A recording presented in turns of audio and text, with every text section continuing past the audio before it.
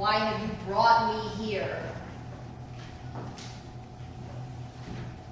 You can't just cage me in and not tell me why! You! Bring me that paper. Come on! Come on! You! Bring me your paper! Someone bring me a paper! The other one!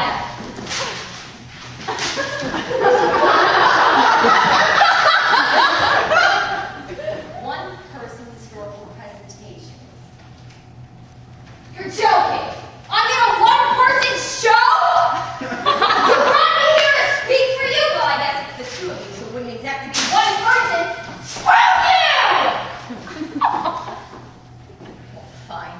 Rather give history than stay here talking to you.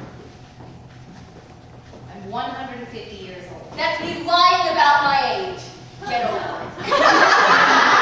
Shut up!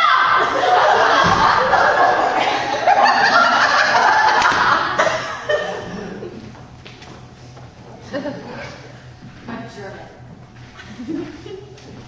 I don't have any friends. I'm a murderer.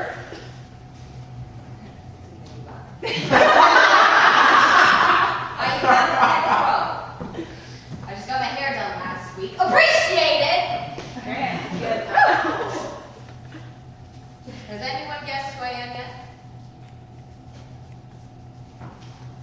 Unlike the other historical figures you're going to see here today, and they're all actors, by the way, to burst your little disgusting bubbles. Unlike them, you could say that I'm alive. Well, actually, I'm very much alive, wasting my life here talking to you. No, I'm sorry. What I meant to say was, I did my history a little bit differently. They say that you write stories about dead people to keep them alive in the future. Well, my stories were written for me and gave birth to me and have made me immortal. So, that makes my stories better. My stories were originally called tales, and you guys call them fairy tales. Disgusting. My stories were written down in compilations into a book by, am I done? Is that enough history?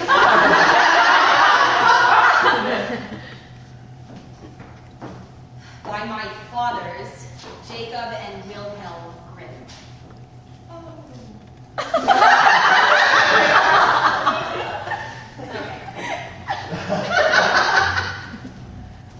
Jacob and William Grimm were born in the late 1780s and devoted their life to writing down the stories that orally, were spread around Germany during the 1800s. Their first story was published in 1817, and after that they published 5 or 6 more, 7 maybe. That were originally just, translated down, but then began being adapted for children all over Germany and eventually the world. There! History! Is there anyone better who can do this? Like some damsel in distress, or a prince, or a boy on an unsuspecting quest? I mean, you've chosen the evil witch from all your stories. I know they don't want to talk to me. I'm going to talk to someone nicer, somebody I identify with. But maybe that's the point. Jake and Will are a lot of things, but they're not unintelligent. They always have a purpose or a story to tell that has some kind of moral or will teach you something. So, they wouldn't send a prince or someone you identify with. Everyone can see, themselves in the love story or as the hero, even though you're all cowards. But it's a bit harder to find that pesky, pure evil side of yourself, right? Pure evil, not like I stole a library book today. Pure evil, malice, twisted torture, anger, and burning putrid hatred. Pure evil. There's no regret, nothing to give others comfort, and there's no cause. But it's in all of you. You don't believe me? Let me prove it to you. Why do you think I exist? Why am I here? People didn't start writing me into stories until they needed to defer their anger and hatred into something other than themselves. Weaklings! So, isn't it funny that your fairy tales still contain me in all of your stories that, originated in the Grimm stories? It's still there, pure evil, in all of you, even in modern times. It hasn't left.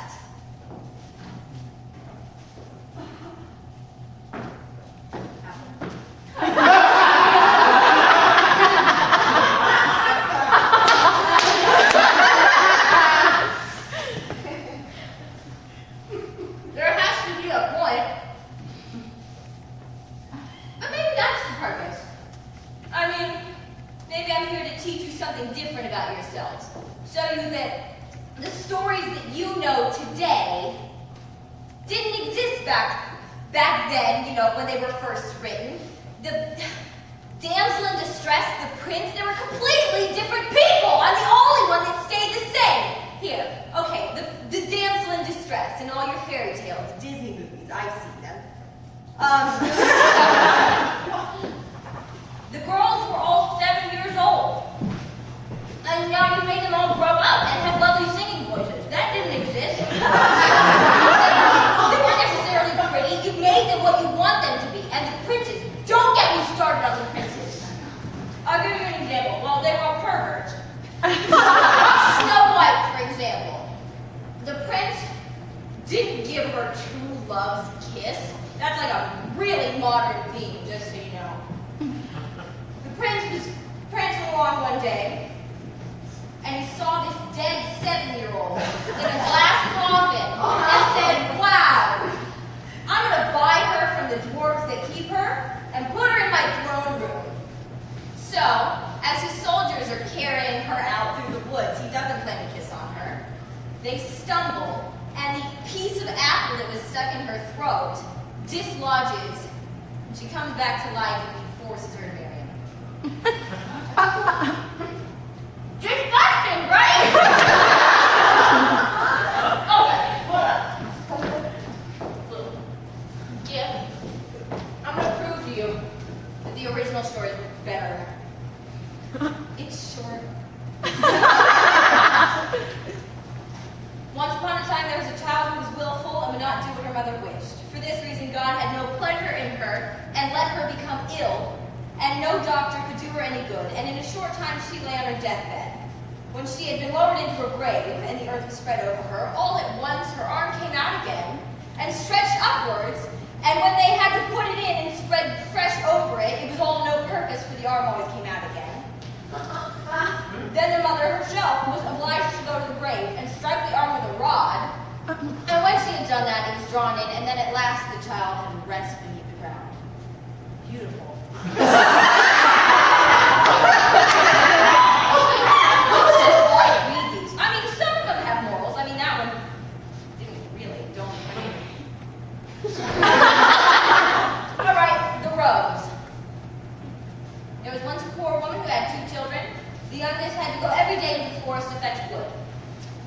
When she had gone a long way to seek it, a little child who was quite strong came and helped her industriously pick up the wood and carry it home.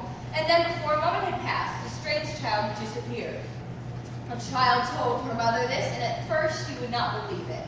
At length she brought home a rose and told her mother that the beautiful child had given her this rose, and told her that when it was in full bloom he would return. The mother put the rose in water. One morning her child could not get out of bed.